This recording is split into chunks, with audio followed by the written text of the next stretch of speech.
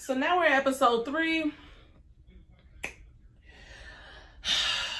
The neighbors is fucking with her still. Now the kids done got good and grown and decide they gonna hop in grown folks' business and start messing with the black folks too.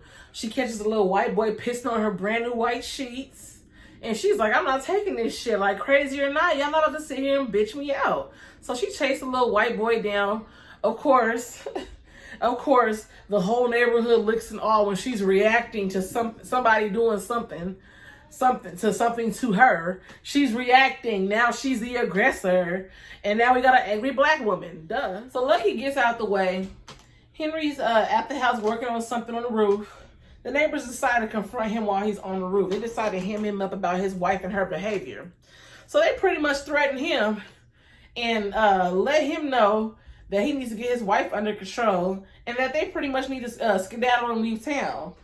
Henry, and I don't know if they saw Henry, yes sir, and tap dances to the police, but they had Henry real fucked up. Henry let them know, I am military trained. If you want to come up here and fuck with me, I will come down here. I will come off this letter. I'm going to tell you which order I'm going to whoop your ass. He told him which order. He said, I'm going to whoop you. Then I'm going to beat his ass in the back next. Then you right here with the little yellow shirt in the front. I'm going to get you last because you're getting on my nerves the most. And they got the fucking message. They took their asses back on across that street. So Lucky's with her in-laws in Compton, her cousins in Compton. And it's pretty much just giving her a little break, giving her a little breath of fresh air, seeing some more black people. It's real refreshing from time to time. I know exactly what, seeing a black familiar face. It's always nice seeing a cousin, you know what I mean? Because you know every black person is your cousin. It's nice seeing a cousin from time to time when it's only a couple of y'all. Hey, you know what? So Lucky's visiting with her cousins in Compton. And she starts asking about other black families that moved in Compton. She starts hearing about the other black. They talk about the family that lived at the house prior to them. And the cousin's kind of hesitant to tell Lucky what happened.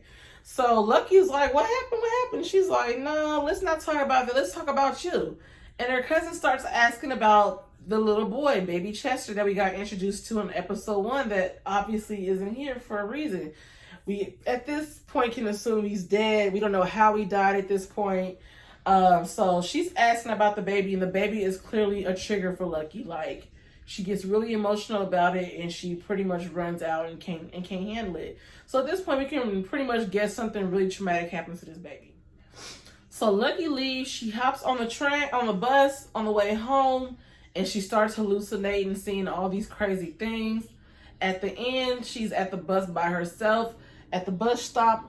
Nobody else in the bus. The bus driver's like, lady, like, you got to get off the bus. Like, what's wrong with you? And she wouldn't get off the bus. So she gets the police escort home. And the police is pretty much saying, like, lady, you looking crazy out here in these streets. Like, what's going on with you? Like, we getting calls about you pulling guns out on nice little white families and little pissy kids. What's wrong with you, lady? How dare you try to protect your sheep?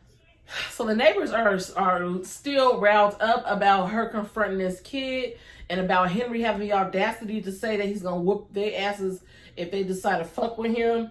So they have a whole homeowners association meeting and to decide how they're going to get rid of him. And they have this, our grandfathers built this nation. No, my grandfathers built this nation. Y'all watched while we built this nation. Y'all profited while we built this nation. Y'all fat ass.